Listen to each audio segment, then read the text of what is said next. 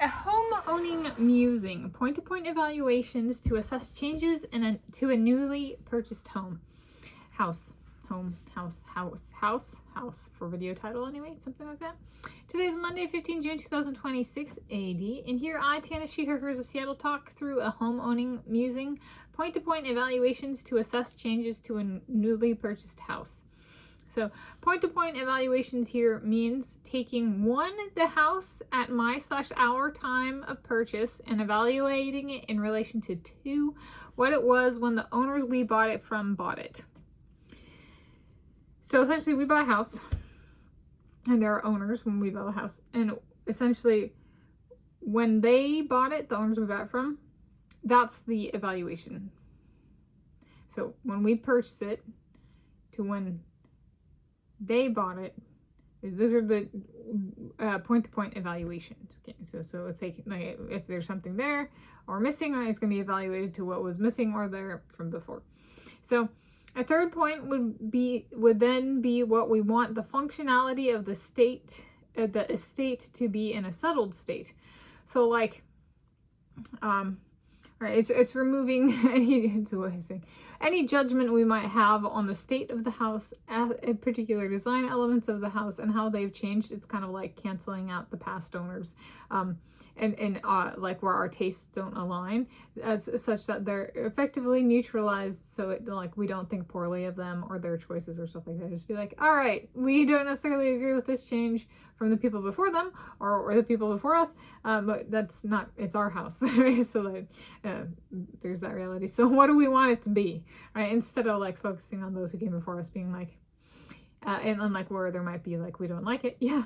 So let's do something about it. So what do we want it to be for? Do we want it to stay? Do we want it to be removed? Do we want it something to be added? That kind of thing. So comparing the first 2 points allows us to assess where and or taste change in relation to the starting point. So like we can look at, so let's say there's something that got changed and we're like, we're not asking the people, right? It's now our house, but we like look at it and we go, is that taste change? All right. And I'm thinking of it and like, is that something like they changed this when we bought it, this was here and this was not quite the same back when they bought it. Watch out for taste change or utility change. All right, too. So like it might not have been like we liked something or not. It might have been like, well, what they had before just stopped working, so we needed something a little bit different. All right, so which might fall into like a wear category. It kind of just wears down with time, or wears up with time, depending on what it is. So something as the new homers we would not have in our experience yet in relation to the particular house. So we could come in all hotty-toddy, being like, yo, we just bought a house. We can't do anything wrong. And so like, to take and clip that kind of hotty-toddy attitude, be like, yeah, and what was it like when they bought it? And maybe they were smarter than us. They had this house for like amount of time. Oh yeah, they actually owned and lived in the house. They might know better, right? Or we might, and even if they don't, it might be good to like, can we come up with a rationale why that change might have been made? Try and trim down that little like hotty-toddy attitude, but not necessarily trim the trees. Unless, is there a branch like poking through the window? That kind of thing.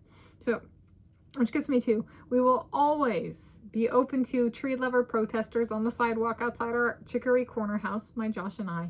They protest the cutting down of trees and excessive removal of tree branches. When do we get started? Yesterday, and I missed it because I didn't go on a walk run. Maybe Cobb, Squirrel God of Heft, accompanies my Jacob Elordi and my Papa Craig Gillespie in bringing concessions/refreshments to the protesters. Josh and I do not complain because them sitting on the sidewalk adds distance to the walk run. And my Lewis Hamilton brings our River Otter daughter Pistachio, and Lewis really loves the signs that read, "We need oxygen to breathe," because like trees produce oxygen and humans require oxygen to survive. It's one of those more necessary than food and water is oxygen, which plants produce. So cutting down trees is, depending on the context, might actually be suicidal. Well, not suicidal. Well, suicidal, but homicidal. They cut down the trees in North Seattle to deprive South Seattle of oxygen. And they go, of course we're not racist. And we're like, really? So, it's, you know, that kind of thing. And so we will always be supporting of people who go stop cutting down trees.